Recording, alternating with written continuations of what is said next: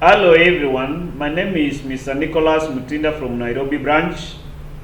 We are still continuing in our discussions on employee resourcing, and today in today's video we are going to discuss about chapter 5, Introduction to the Organization.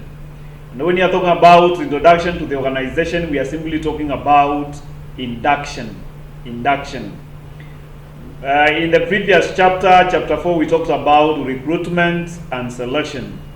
Now you have recruited the employee.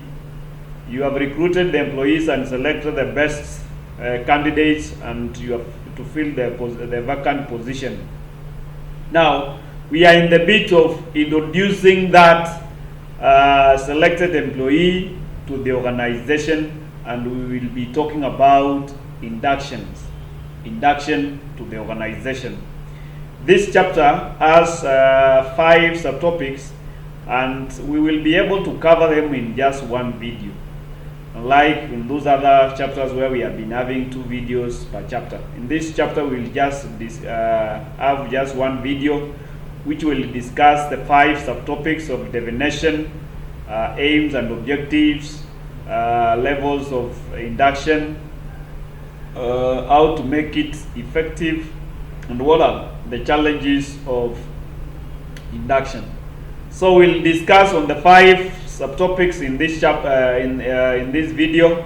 So I welcome you to continue viewing, and if you have not subscribed to my channel, kindly click on the subscription button. Click on the subscription button there below the video. You can also like the video, and then comment. Let me know what how the video is, what is the depth, and what is the width of the width of the video, and I will be grateful to reply to your comments. So welcome.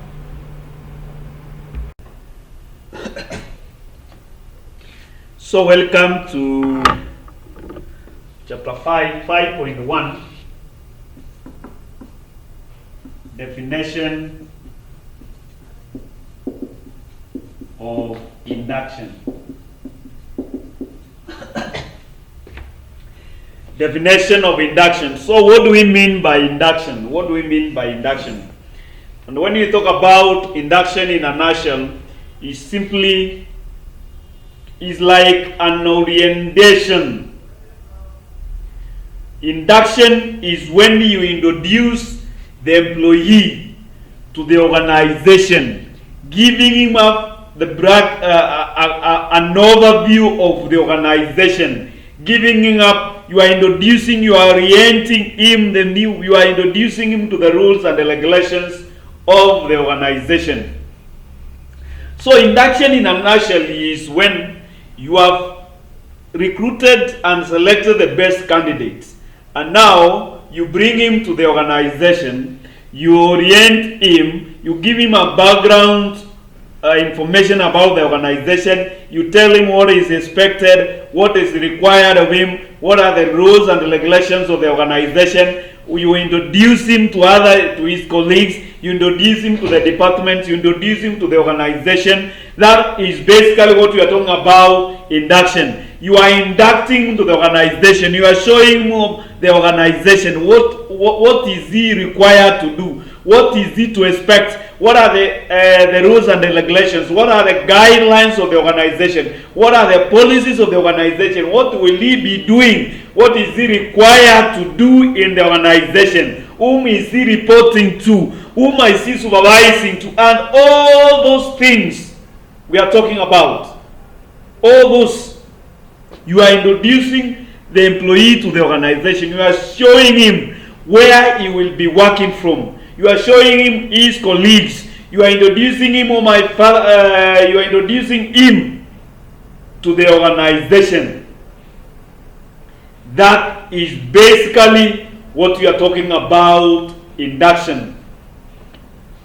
So the formal definition of induction is also called an orientation, wherein the new employees are introduced to the rules and the regulations of an organization with an objective of making them accustomed to the working environment where they will be working. So you introduce the employee to the organization, so you give him general information about the organization. You give him a brief overview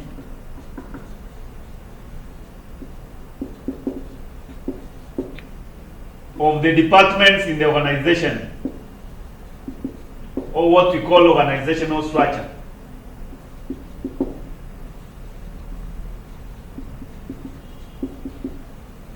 You take him through his duties and responsibilities. You take him through duties and responsibilities. You introduce him to his colleagues. Introduce him to his workmates.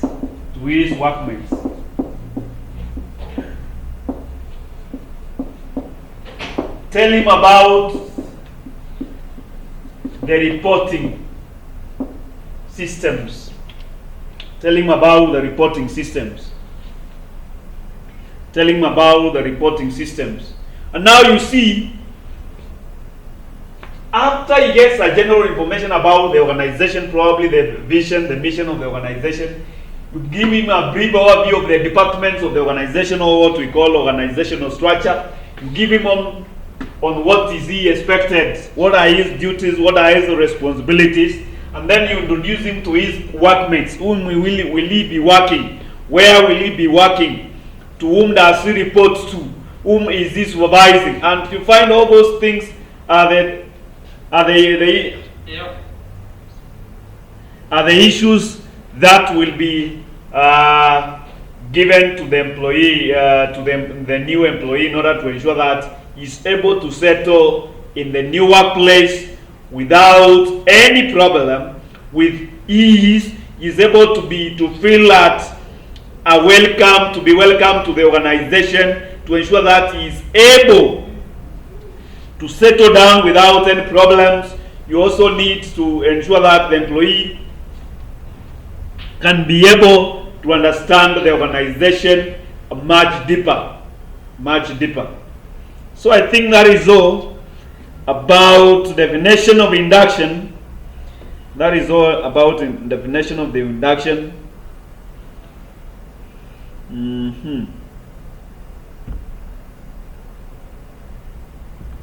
Definition of the induction. Now, 5.2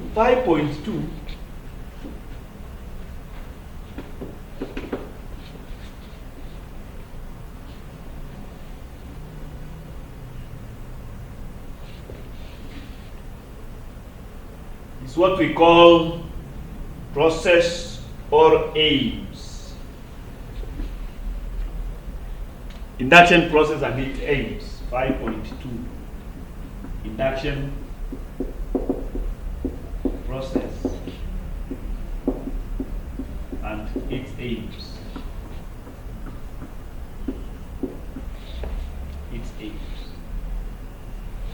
So what is the process of induction?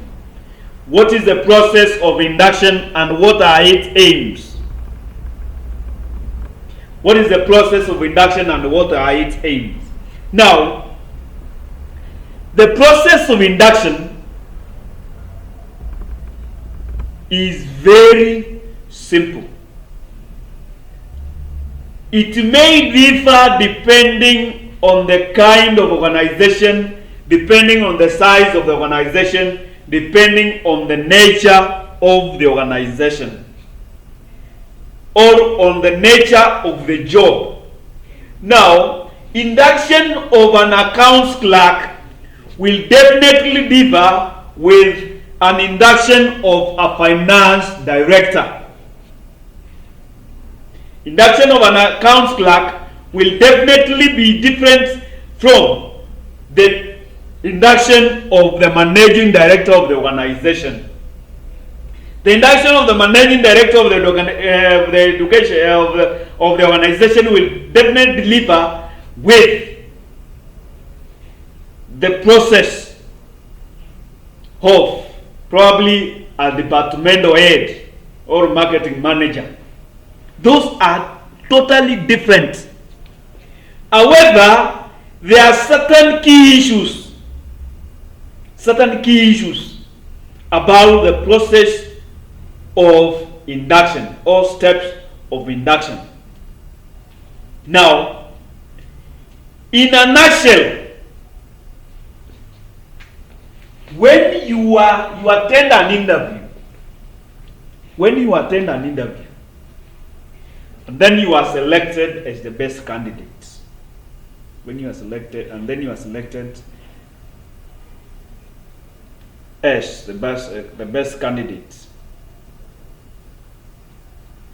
then you will be informed on when to report.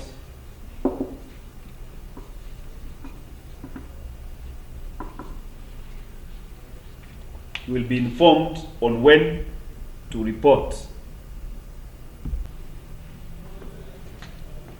So you are informed on when to report and given time and require what you are supposed to come with.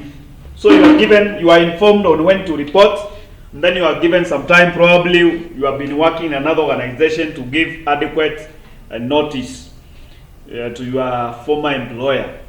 So after then that, you are given time to report. You are also instructed on where to report, on whom do you report to.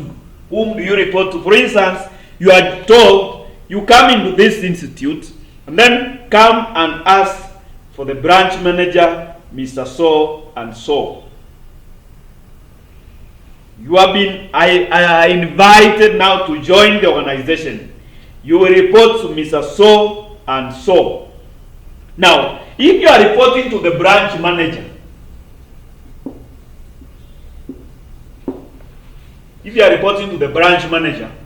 now after you come,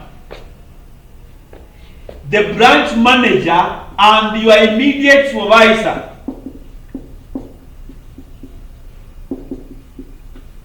should meet you, and then now there is an introduction. So you are reported to the branch manager, and Mr. So and so. Oh, you are the Mr. So and so. All right, welcome. And then you meet now. He takes you to your immediate supervisor. This will be your supervisor for the time being. And now, after that, you are introduced to your workmates. Probably you are joining the organization as a lecturer. So you introduced to the other lecturers.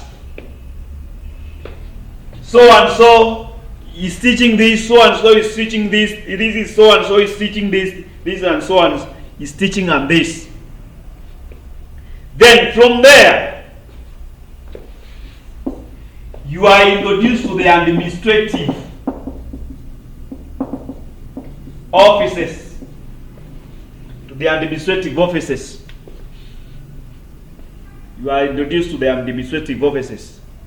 This is what we do. These are our policies. These are our guidelines. We report on work during this time.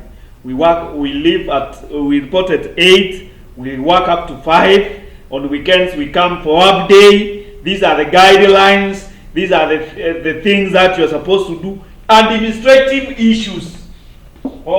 Administrative offices and issues. This is what you are required to do. This is what you are expected to do. This is the dressing policy. These are the policies. All these things you are taught about, the issues about administrative. When do we go for leaves? What are those things? When do you go for vacations? What are about medical absences? Suggestion systems. How do you make suggestions? All this and this and this. You are taught about the administrative issues. You are introduced to the administrative issues. Now, then you are taken through your duties and responsibilities. Duties and responsibilities. What are you required to do? What are your duties and responsibilities? In the execution of those duties and responsibilities, whom are you interacting with? And if there is a problem, whom do you report to? Who will assist you? What are you expected to do? What is the relationship between the work you are doing and the other workmates? Probably we are talking about an accounts clerk. So, where do you get the invoices? After you have confirmed the invoices that there was a delivery, where do you take that invoices? After you have raised a check, who is supposed to sign? What documents do you receive and from whom do you receive to? After you have worked from them, where do you take them? If there is a problem, where do you report to? The issues about your duties and responsibilities. Now, after you have talked about the duties and responsibilities, now probably you cannot be allowed shown your workplace. Your workplace. Your workstation. Your workstation. So you will be working from this desk. This will be your computer. This will be your laptop. Here are the internet connection. This is the Wi-Fi. Pin, password. This is the Wi-Fi password. All those things now you are shown, and then now you are left. You are now given. You are now ready to start your work. So, in a nutshell, the procedure should basically follow the following steps. First, the new person needs time and a place to report to work.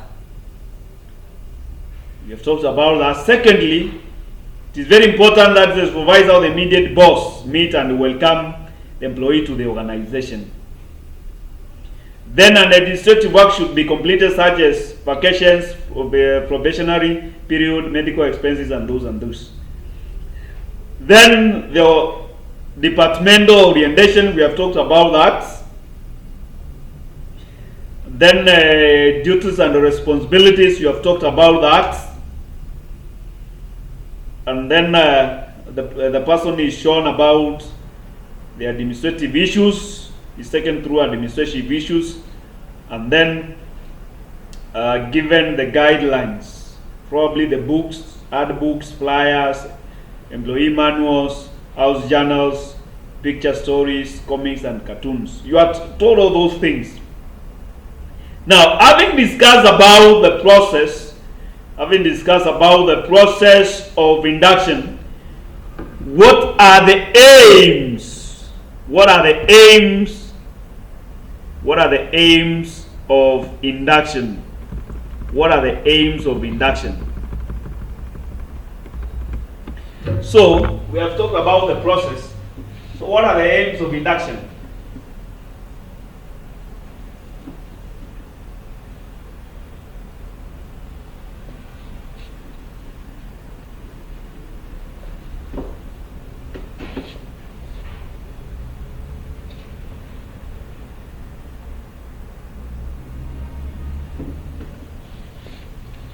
What are the aims of induction?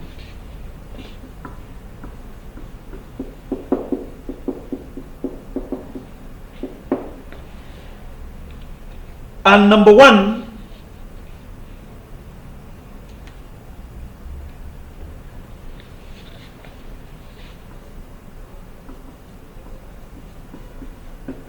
introduce the new employee to the organization. First, number one is to introduce the new employee to the organization, to his workmates.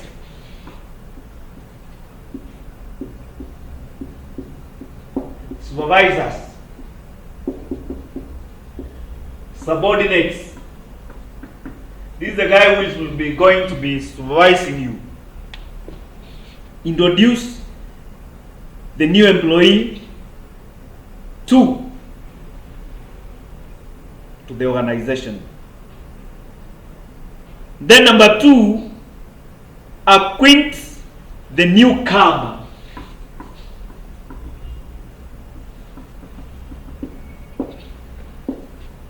The new employee to rules and regulations of the organization.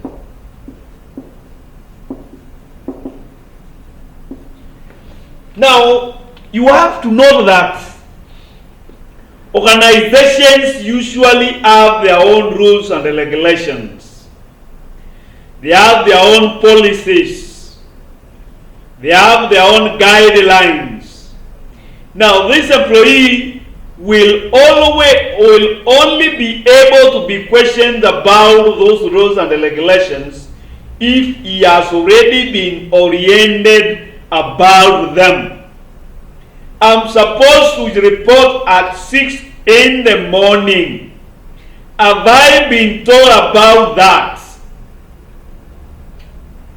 When I am sick, I'm expected to come with a doctor's report. Have I been told about that? Because that is the policy of the organization. So when we are talking about an aim, one of the aims of induction is to ensure that you make the new employees, you make the newcomers acquainted with the rules and the regulations of the organization, with the policies of the organization, with the procedures of the organization, because the new employee is expected to follow them. And it becomes very difficult if he is not introduced, if he is not taken through those rules and the regulations. Number 3 is to develop confidence in his duties. How do you expect an employee who has not been taken through the organization to be serving customers? The customers are asking questions about the services that are being offered to the organization, yet the employee is not aware of those services. How will he handle customers? Will he have confidence in performing his work?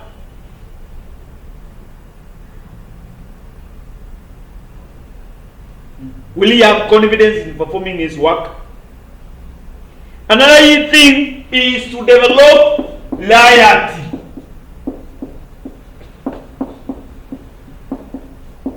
Remember, nowadays you find organizations are always fighting over talented employees. So when you are doing orientation, it's an opportunity for you to develop a loyalty of the new employee to the organization.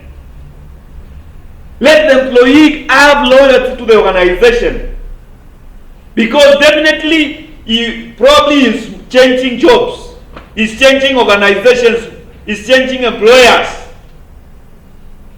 So it is high opportunity for you to sell the image of the organization in order for the employee to feel, all right, I need to get a sense of belonging in this organization.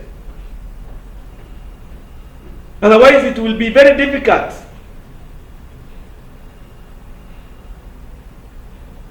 Then another thing is to develop a positive attitude for the employee. A good behavior.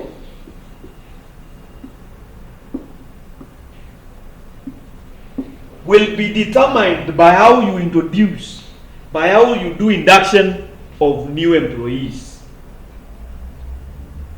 Because if everything is concise and clear, information is passed to the new employees.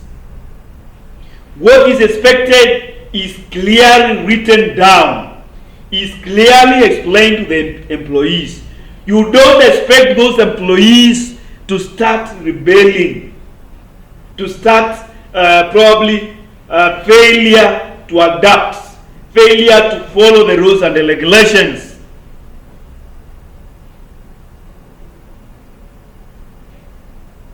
Another thing is to maintain a healthy relation between the organization and the new employee. You can imagine when there is a proper induction is done, what relations does this employee has with the organization?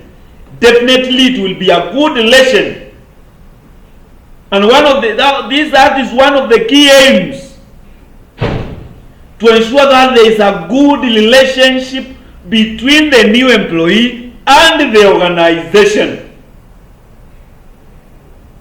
To ensure that there is a good relation between the employee and his workmates and his colleagues, the people who have been working in the organization for long. Right. Another thing is what? To remove hesitation and shy from the employee.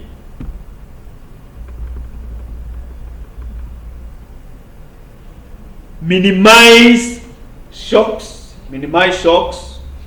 Probably he has been working in an organization and all probably this is his new job. So in order for you to ensure that he does not get culture shock, or to minimize that culture shock, you have to do induction.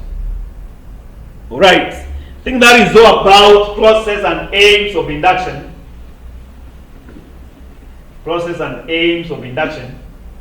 So we can look at 5.3, what we talk about, what we call types, induction programs. Induction programs. 5.3, induction programs.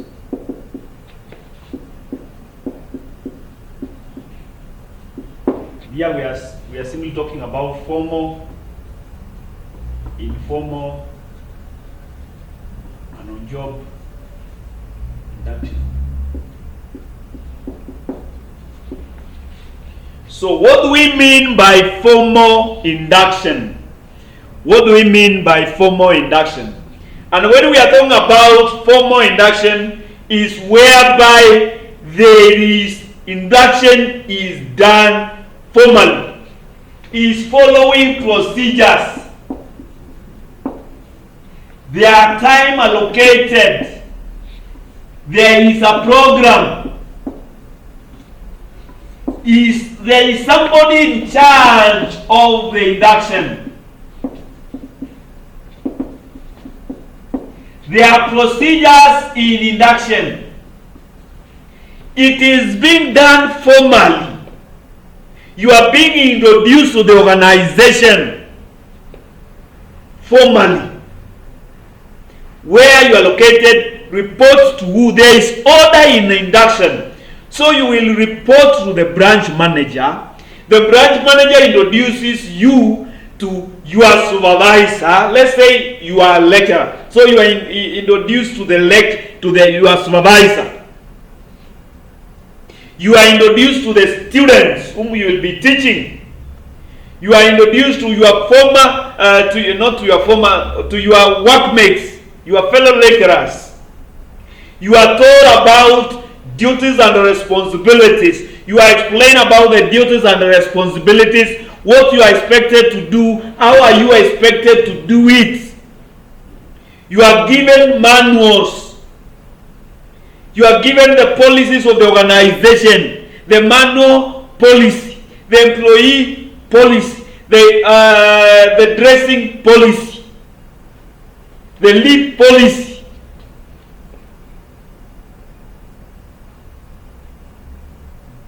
disciplinary actions policy. How are the employees treated? That thing is done formally. Formal what? Induction. The things are being done formally. Somebody is introducing to you. Somebody is taking you through. For instance, you walk into the organization and now you are told, these are the visions of the organization, these are the missions of the organization, these are the core values of the organization, this is the background of the organization. The organization started in this year. The organization has been doing this. This is what are the achievements. In last year, this is what we achieved. This is what we expect to achieve this year. This is what all these departments are done. We have this and this department. This department is headed by who? This department is headed by who? The MD of this organization is Mr. So and so. It is a formal induction. You are given all that information formally. Right? So formal induction is a planned attempt to introduce new employees to the organization. It is planned. It is a planned process. It is a planned process.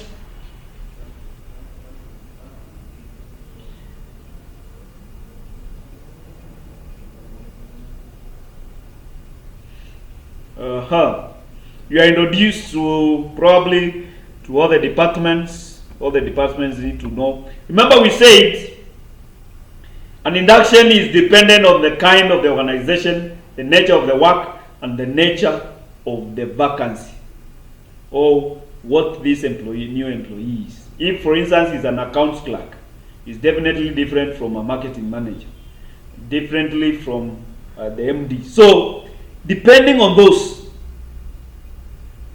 a formal induction program covers at least this.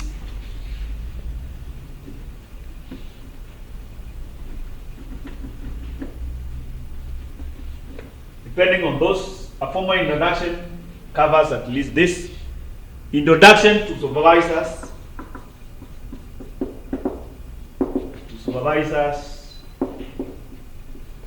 and workmates.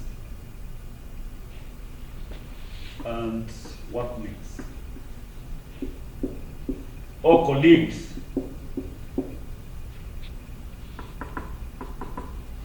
Number 2, organizational issues.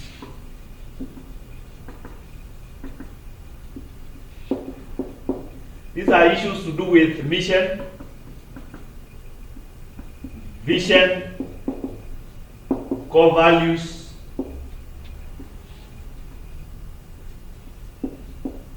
and probably the background of the organization.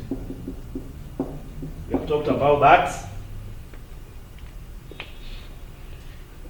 We have talked about that. History of the employer, names and titles of important executives, what the people working in the organization, executives, departments, and so forth. Number 3, employee benefits. Employee benefits. What are you getting? What are you getting? What is your pay?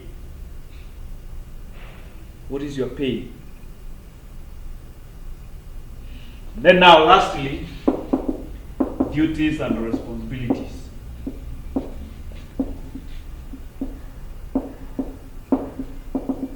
So in a nutshell, that is what a formal induction covers. In a nutshell, that is all what a formal induction covers. The issues you are introduced to supervisors, trainers, and colleagues.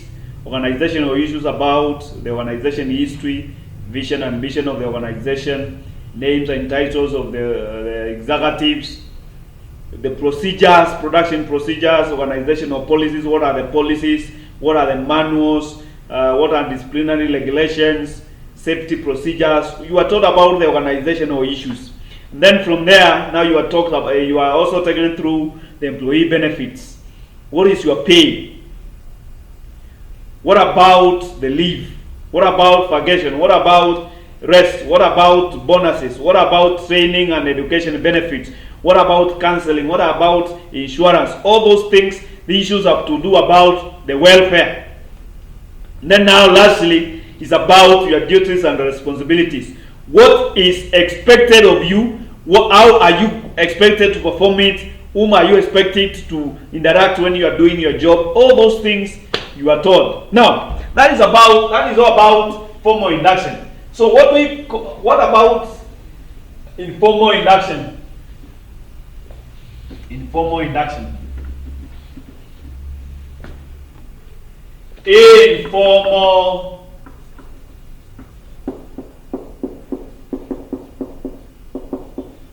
and informal induction is basically an induction that is not planned.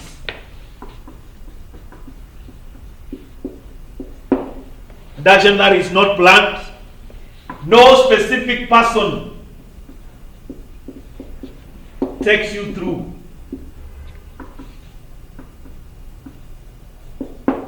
And very major thing, you learn by yourself. The employee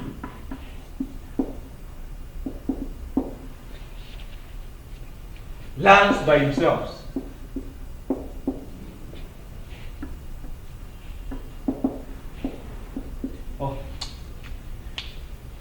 This probably employee learns by himself is what they call on job induction.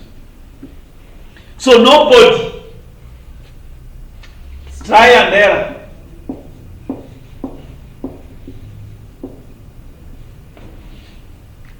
You learn on your bed. It is you. Probably you may ask somebody to show you something today. After 2 weeks, you ask another one. After 2 weeks, you see things, people doing things. After 5 weeks, you see people are doing things. And you may find this is whereby induction can even take 2 years. Because there are things that you have never been told. There are things you have never been told. No plan. It's not planned. No specific person is taking you through. You ask somebody this way, he gives you this information. You ask another person, he gives you a different information. It's whereby you learn and you have nobody to take you through. You have nobody to take you through.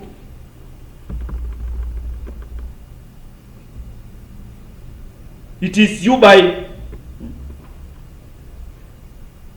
It is informal induction is not planned and is adult. New employees learn through trial and error. Learn through a trial and error. Nobody is taking you through orientation. They get familiar with the work and work environment by themselves. You are working on yourselves. You are getting the work environment by yourselves. You are feeling. You see what the others are doing and you do exactly that. Nobody told you why they are doing it and how to do it. And this is a very stressful induction. And rarely you find that organizations that use this kind of induction, you find there is a high turnover. There's a high turnover. There's a high turnover of employees. Because employees get frustrated. Imagine you getting into the work environment. You work for a full month or probably for a full month. You have never been told what is your pay. You have never been told how they pay. When are you paid? How are you paid? You have never been told about the leave. You have never been told about the policies, vacation policies. You have never been told about the issues when you get sick to the organization. Where do you go? How do you take it? How do you go through it? Probably when you have an issue, whom do you report to? You have never been told that. You can imagine working for an organization like that. Definitely in the first week you start looking for another job, because that organization is not worth working for.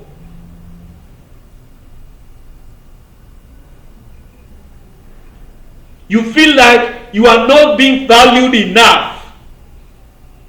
And these are very strange form of induction, because you are working through trial and error. What if the trial and error, that error you make, costs the organization? What if that error costs the employee his life, or the other colleagues their lives? It is not a good way. Anyway, it is not a good induction program. So, probably there is a conclusion here. The choice between formal and informal will depend mainly on the goals and objectives of the organization. So, remember, the objectives and goals of the organization, probably if we are talking about the objective of an organization, is to ensure that they are able to retain their employees. They are able to reduce turnovers. Definitely they will go for more induction. If they want their employees to settle very quickly and to be productive in the work environment, definitely they will go for formal induction. So we are saying choices between formal and informal will largely depend on the goals and objectives of the organization. The more the induction, the more formal the induction, the more the new employees will acquire a set of standards and be able to catch up very quickly and to settle very quickly. All right, that is all about. I think that is all about induction programs, formal and informal. So, 5.4.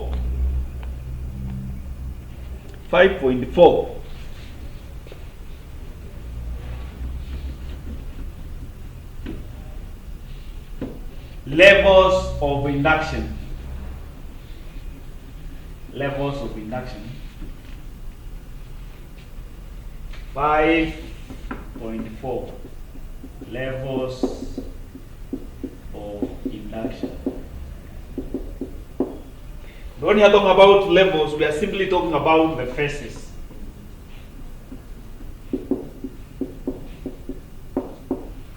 And here we have pre-induction, induction itself, and post-induction. So when we talk about pre-induction, what do we really mean with pre-induction? Now, the employee you call for an interview. You call for an interview. You have interviewed candidates and you have selected the best candidate. You have informed them that they were successful in the application, so they are supposed to report on this day, probably the 1st of May.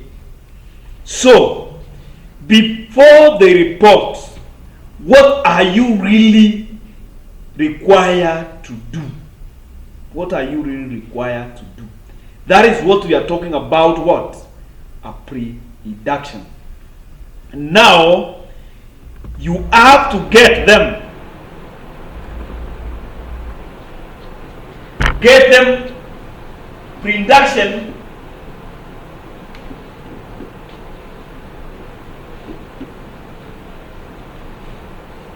Preinduction.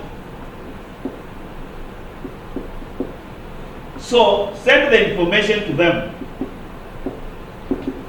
He was successful. I've explained that. Get them a new their workstation. Inform their colleagues. We are expecting somebody.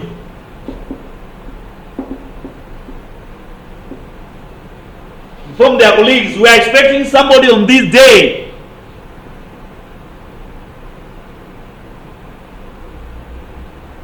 Create a welcome.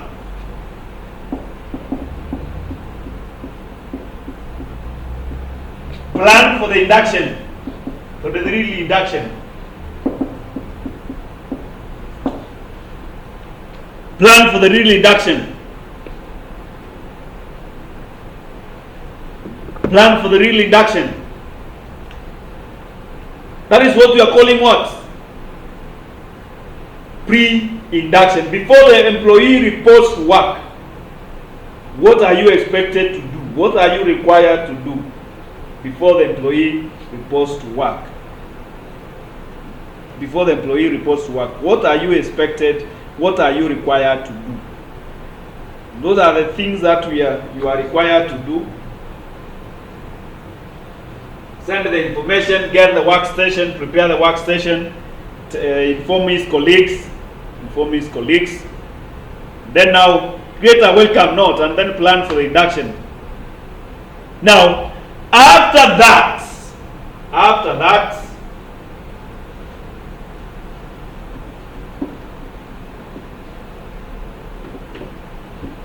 we go to the next stage or the next phase, induction.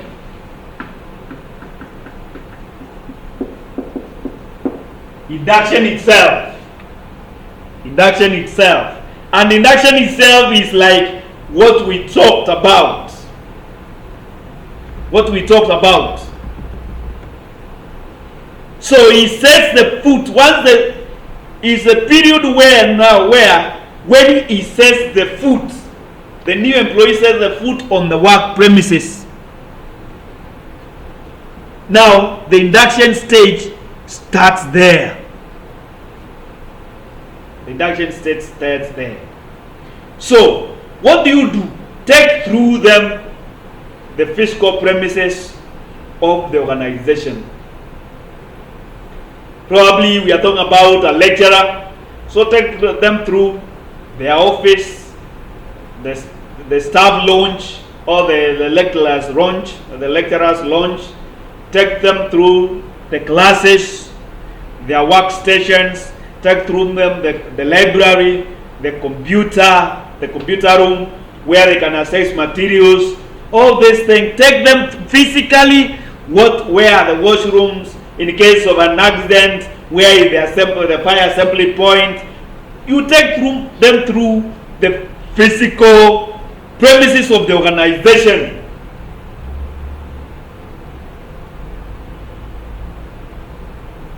And then now, follow the issues we discussed. So take them through the physical premises of the organization. Take them through the departments, different departments.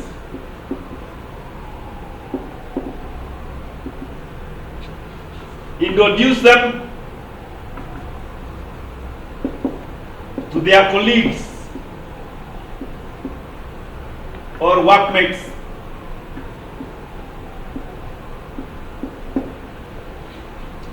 Take them through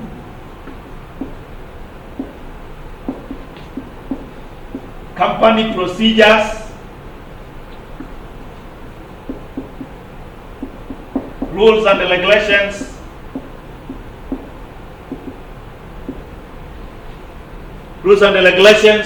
and so forth, policies of the organization, vision and mission. Take through them down. Take them through and responsibilities.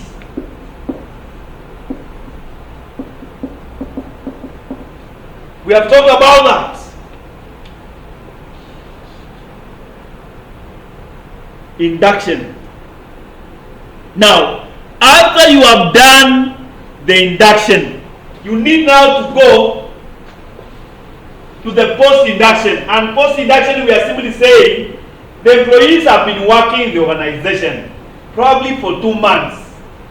Are they following what they were told? How are they? Because we want to see, are they catching up? Are they catching up? Are they catching up? And that is what we are talking about. What? C. Post-induction. So you want to evaluate, are they catching up? Are they settled down? Are they grasping to what is expected of them?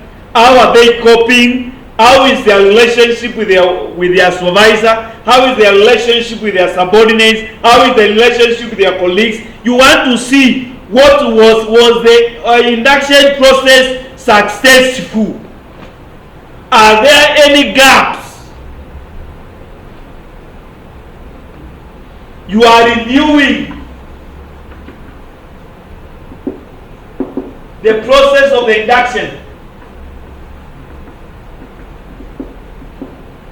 Are there any gaps?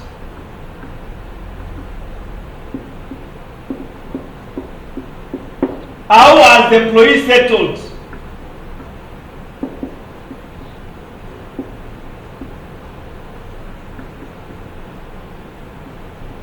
What is his relationship with all those the workmates?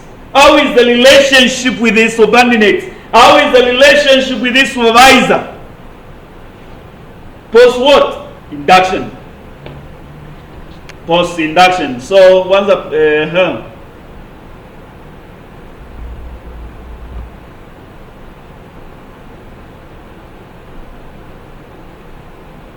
following up on the experience. What is their experience? You follow up on the experience in the first few days or few weeks of their role. All right. I think that is all about. That is all about the levels of pressure. So let's talk to the last subtopic: areas of induction. Areas of induction. Areas of induction. 5.5. Areas of induction. And we have simply talked about this, so we are just reviewing what we have discussed. Because a formal induction includes the following contents of following areas.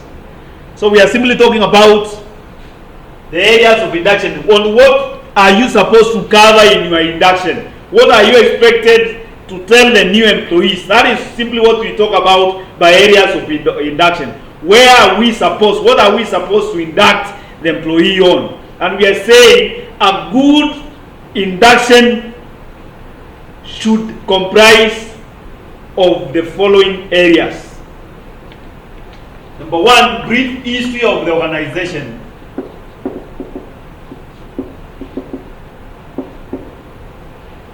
When did the organization start? What has it been doing? Who are his rivals?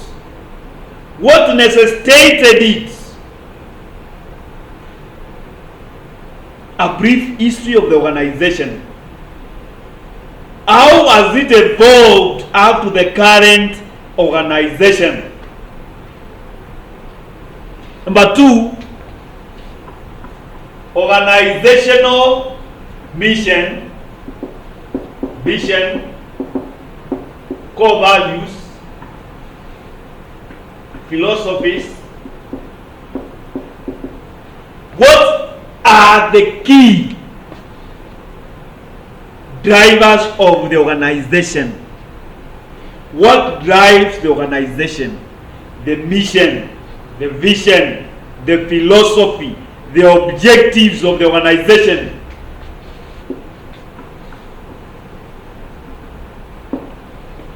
What is this philosophy?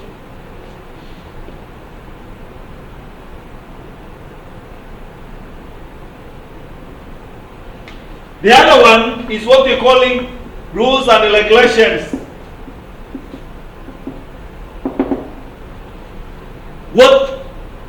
What are we guided by? What are the rules and regulations within the organization? What do we follow? Another thing is policies and procedures.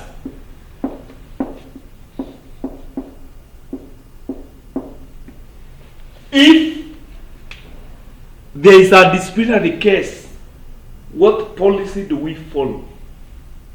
What are the employee manuals? What are the insurance policies in this organization? What are the disciplinary policies in this organization? You look at what guides the organization. The next one is organizational structure. Organizational structure and leadership or management. How is the structure of the organization? How is the management of the organization? How is the leadership of the organization? Whom do we report to? Whom do you supervise to? Who are the colleagues in the same rank? What are your reporting channels? The next one is duties and responsibilities.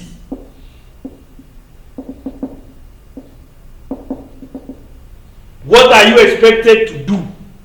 What are you expected to achieve? What are your targets? The other one is terms and conditions. Terms and conditions of the job. This includes pay or compensation. What are your compensation? What are your working hours? What are the holidays? When do you go for leave? How many days are you entitled to? Then lastly is what we call welfare measures. Welfare measures, things like canteens, things like transport, things like health and educational facilities, all those things. All those things. Now, I think that is all about induction. That is all about induction. That is all about induction. Something to note. Induction, when done effectively, is a great way to train new employees on their roles and in a company. It increases employee retention, overall performance, and happiness at work.